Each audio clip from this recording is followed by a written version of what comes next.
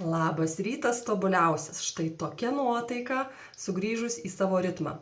38 valandos vien su vandenuku, tai buvo mano iššūkis, gal jau 4 kartą kartojamas, didinti intervalo laiko nenoriu, bet tai labai puikiai man pačiai parodo, kiek svarbu yra kasdienoje paprasti dalykai.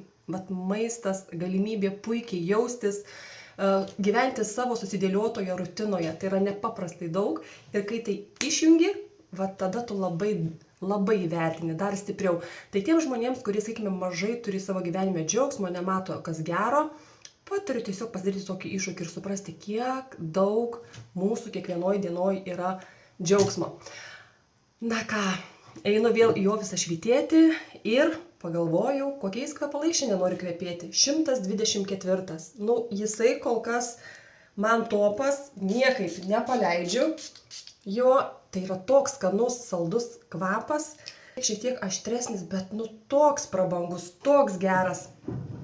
Patariu ir jums išbandyti tos, kurios mėgstate saldesnį kvapą, bet tuo pačiu prabangos kvapą. Tai va 124. Jeigu norit, galiu atsiųsti natas. Galbūt tai bus jūsų naujas atradimas.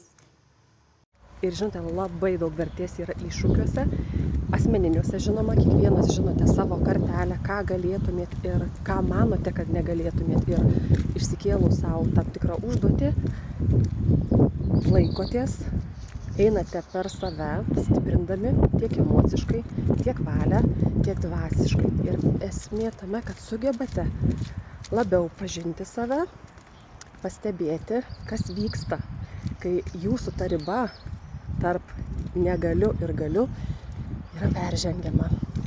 Suvaldyti savo mintis, sustiguoti savo proto šnekas, tą vidinį monologą.